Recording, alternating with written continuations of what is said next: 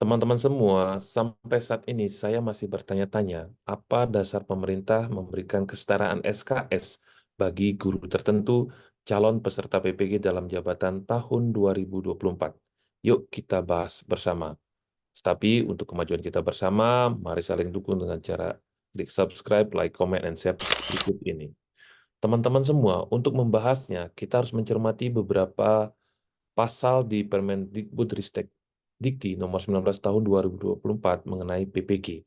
Yang pertama kita lihat di pasal 9 ayat 1 bahwa pembelajaran PPG itu minimal 36 satuan kredit semester dengan masa tempuh kurikulum 2 semester. Yang kedua kita lihat di pasal 12 bahwa pembelajaran PPG bagi peserta PPG yang berasal dari guru penggerak dan guru yang telah menyelesaikan pendidikan dan latihan profesi guru, sebagaimana yang dimaksud dalam pasal 3 ayat 2 huruf A dan huruf B, dilaksanakan dengan ketentuan. Yang pertama, diberikan setara dengan 36 satuan kredit semester dengan masa tempuh kurikulum 2 semester. Dan B, tidak menempuh pembelajaran. Nah, kalau saya memahami. Jadi saya menerima atau paham dengan apa yang dimaksudkan oleh pemerintah ini. Karena sekali lagi, teman-teman guru penggerak itu kan telah mengikuti pendidikan guru penggerak. Kalau tidak salah itu sampai 9 bulan ya, setara dengan sekian JP begitu. Termasuk juga bagi peserta ex PLPG, artinya teman-teman peserta PLPG yang belum lulus ujian tulis nasional ya. Jadi mereka kan sudah mengikuti pendidikan. Jadi karena guru penggerak dan ex PLPG telah mengikuti pendidikan, maka untuk di PPG mungkin tidak diberikan pendidikan kembali, sehingga itulah dasar pemerintah memberikan kesetaraan 36 SKS dan tidak perlu menempuh pembelajaran kembali. Jadi menurut saya ini tidak apa-apa, ya. Dan saya paham maksudnya. Nah, kalau kita lihat di pasal 13, di mana di pasal 13 dijelaskan bahwa pembelajaran PPG bagi peserta PPG yang berasal dari guru yang terdaftar dalam data pokok pendidikan dengan status aktif mengajar pada tahun ajaran 2023-2024 dan guru yang berasal dari peralihan jabatan fungsional lain dan bagi guru yang ingin menambah sertifikat pendidik ya itu dilaksanakan dengan ketentuan. Yang pertama itu adalah diberikan kesetaraan dengan 27 satuan kredit semester atau 27 SKS. Dan yang kedua itu adalah memenuhi 9 SKS melalui penugasan terstruktur dan pembelajaran mandiri. Nah, di sini saya bertanya-tanya dan disinilah kita patut berdiskusi.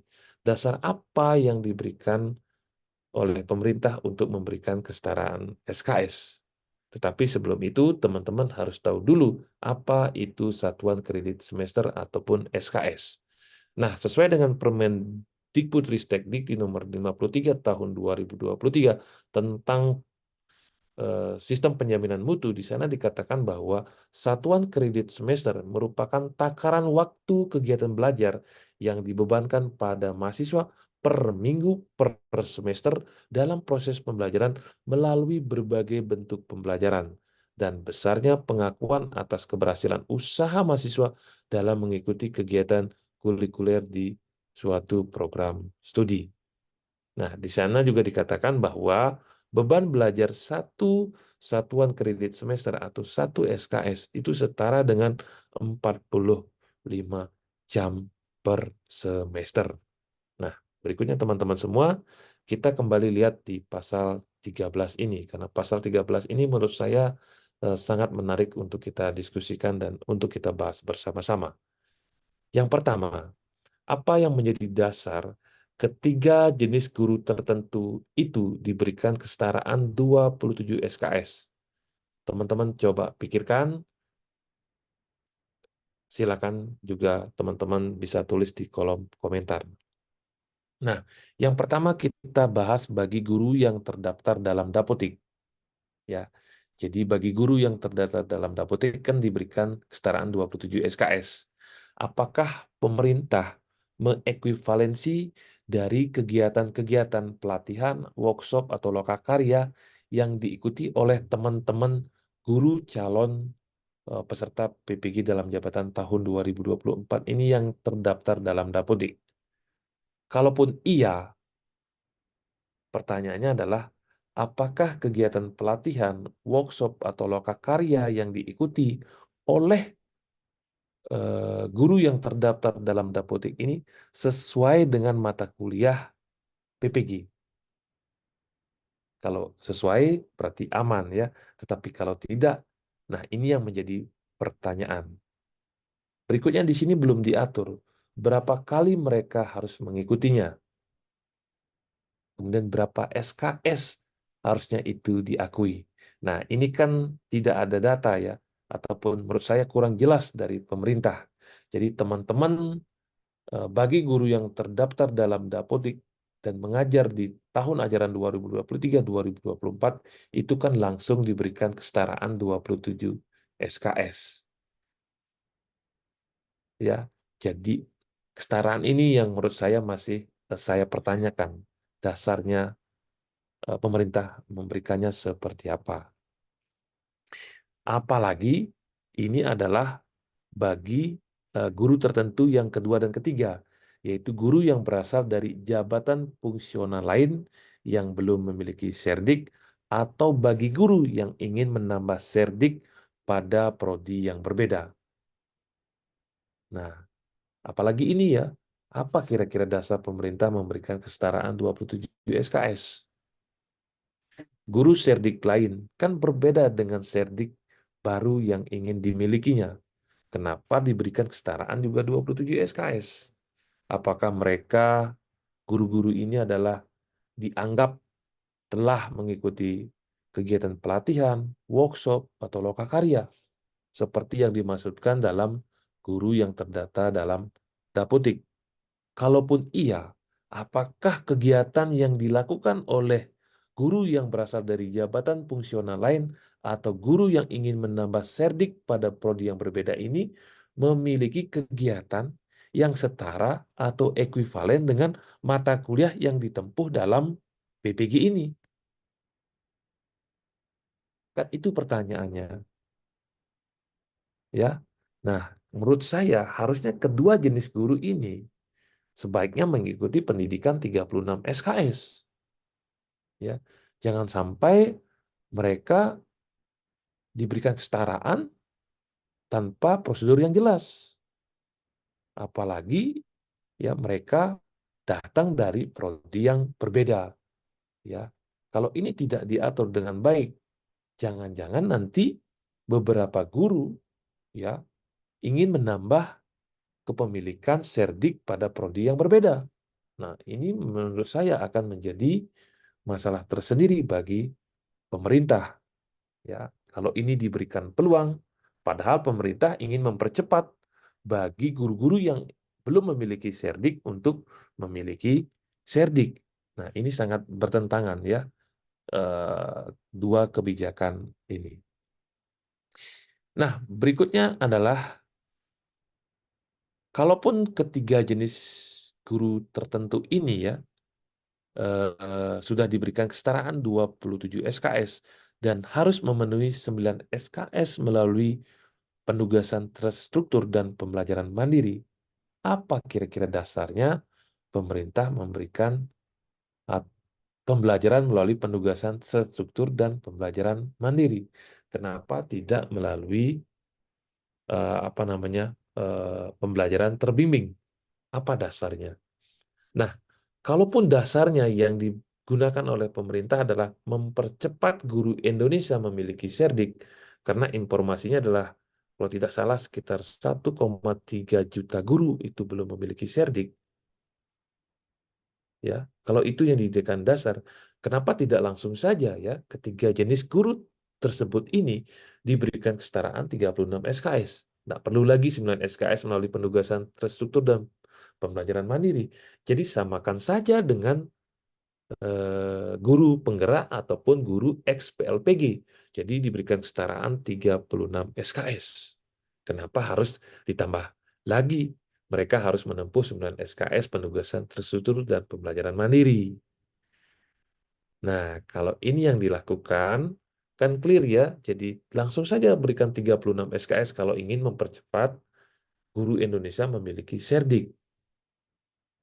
Ya, sehingga teman-teman ini hanya tinggal mengikuti UK, UKP PPG saja, atau dulu istilahnya UKM PPG saja.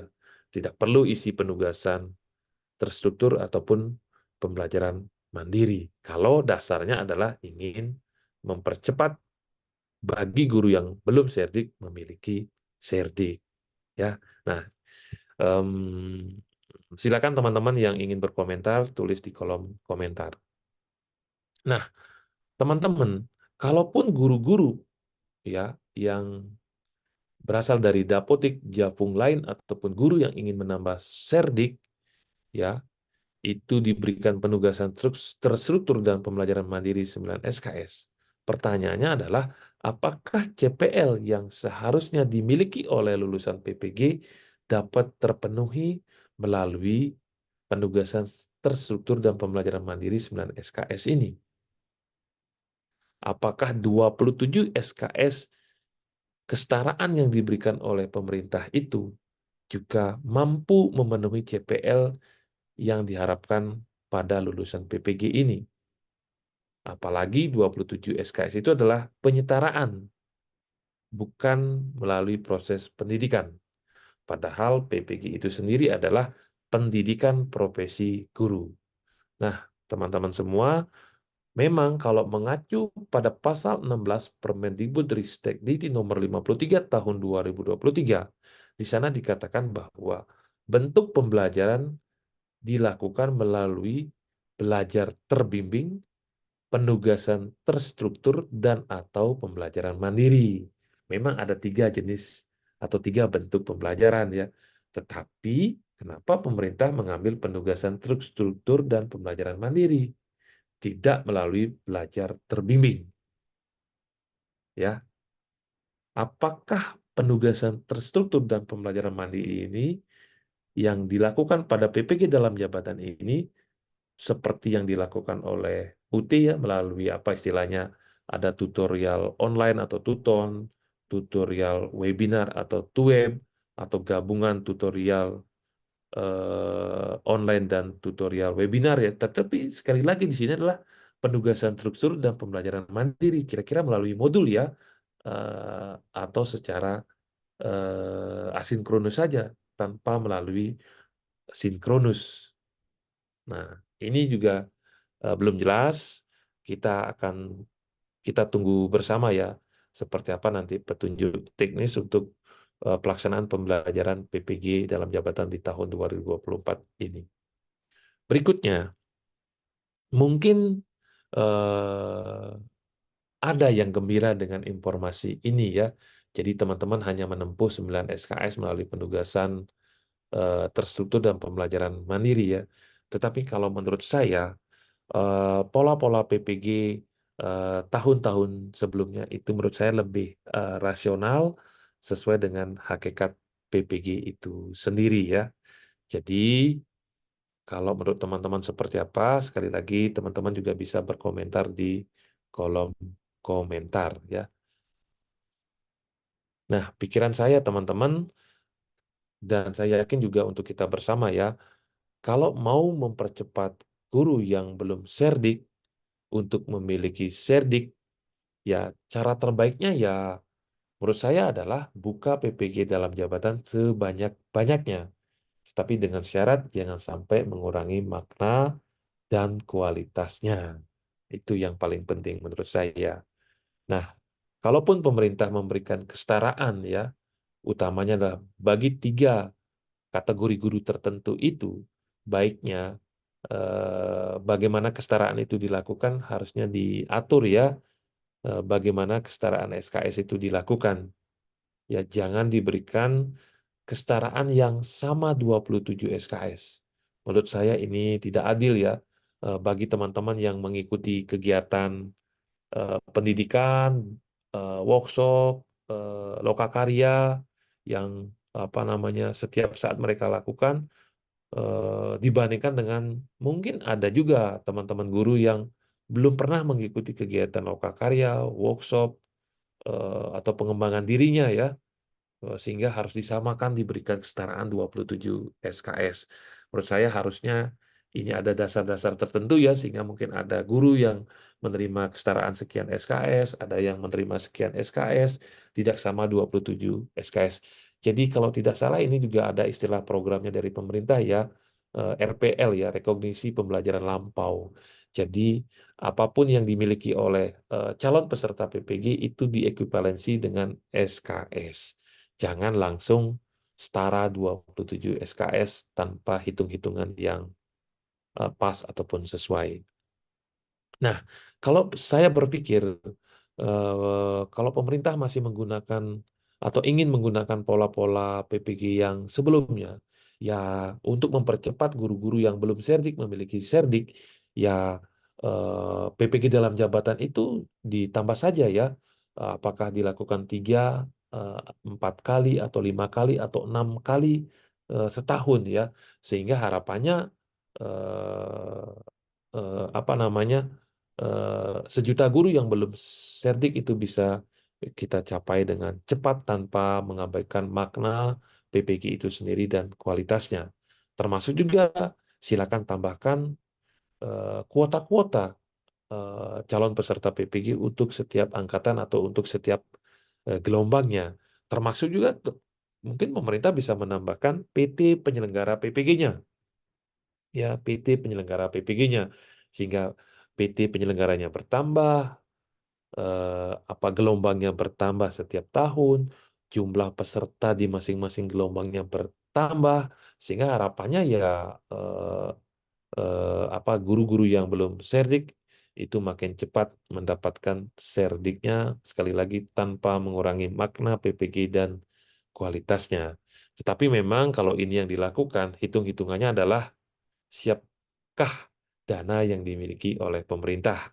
Itu pertanyaannya ya untuk 1,3 juta guru yang belum memiliki serdik. Kalau memang itu siap, rasanya tidak apa menutup kemungkinan ya. Jadi guru-guru yang belum serdik itu bisa serdik dalam waktu yang cepat, tetapi sekali lagi tanpa mengurangi makna dan kualitas PPG itu sendiri ya.